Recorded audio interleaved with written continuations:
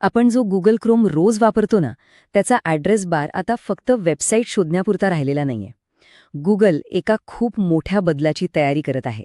आणि आजच्या या भागात आपण हाच बदल नेमका काय आहे, हे सविस्तरपणे समजून घेऊया.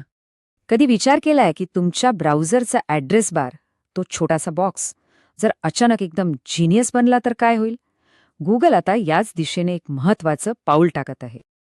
तर गुगल आता भारतात एक असं नवीन फीचर आणतंय जे कदाचित आपल्या इंटरनेट वापरण्याच्या पद्धतीला कायमचं बदलून टाकेल. कारण ॲड्रेस बार आता फक्त वेबसाईट शोधण्यासाठी नाहीये, तर तो लवकरच आपला AI पार्टनर बनणार आहे. बरं, मग नेमकं काय बदलतंय? चला, या नव्या क्षमतेबद्दल जरा खोलात जाऊन जाणून घेऊया. सगळ्यात मोठा बदल हा आहे की गुगलचा जो पॉवरफुल जेमिनी AI आहे ना, तो आता थेट क्रोमच्या ॲड्रेस बारमध्येच येणार आहे. म्हणजे आता AI वापरायला वेगळी वेबसाईट उघडायची गरजच नाही. सगळं काही आपल्या बोटांच्या एका क्लिकवर उपलब्ध असेल. अच्छा, तर हा जो नवीन हेल्पर आपल्या ब्राउझरमध्ये येतोय, तो नक्की आहे तरी काय? याच्या मागे कोणती टेक्नॉलॉजी काम करतेय? तर ह्या नव्या फीचरच्या मागे जे इंजिन आहे, ते म्हणजे गुगल जेमिनी. जेमिनी हा गुगलच्या सगळ्यात शक्तिशाली AI मॉडेल्सचा एक समूह आहे, जो केवळ प्रश्नांची उत्तरं देण्यासाठी नाही, तर एक क्रिएटिव्ह आणि उपयुक्त सहकारी म्हणून तयार करण्यात आलाय. हे वाक्य खरं तर या फीचरचा उद्देश अगदी परफेक्टपणे सांगतं. गुगलला AIला काहीतरी वेगळं नाही, तर आपल्या रोजच्या ब्राउझिंगचा एक सहज नैसर्गिक भाग बनवायचा आहे. बरं, थिअरी तर खूप झाली. आता प्रत्यक्ष रोजच्या वापरात हे फीचर कसं काम करतं ते बघूया. हे फीचर सुरू करायचं असेल तर ते खूपच सोपं आहे.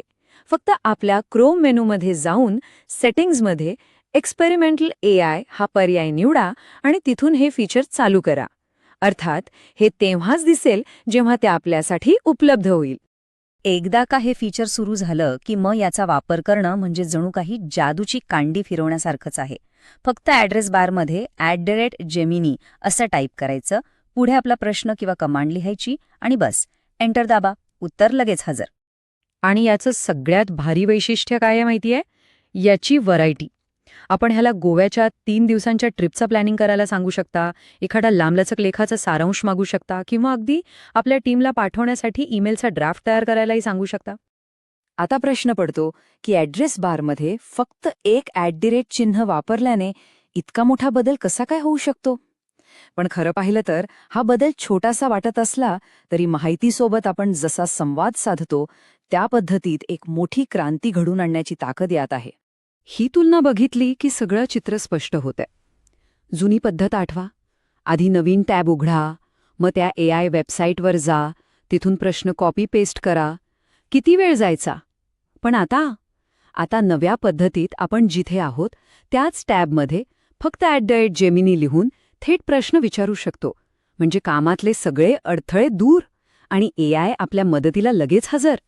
हो, पण एक गोष्ट लक्षात ठेवणं महत्त्वाचं आहे की हे फीचर सध्या प्रायोगिक तत्वावर आहे आणि सगळ्यांसाठी उपलब्ध नाही.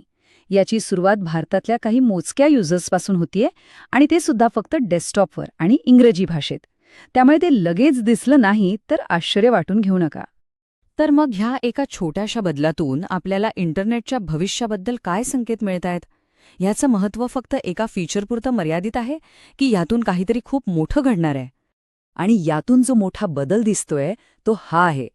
आपला ब्राउझर आता केवळ वेब पाहण्यासाठीची एक खिडकी नाही राहिलाय. तो आता एक सक्रिय, एक बुद्धिमान पार्टनर बनतोय, जो आपल्याला फक्त माहिती शोधायलाच नाही तर ती तयार करायलाही मदत करेल. आणि हाच विचार आपल्याला एका मोठ्या आणि महत्त्वाच्या प्रश्नावर आणून सोडतो.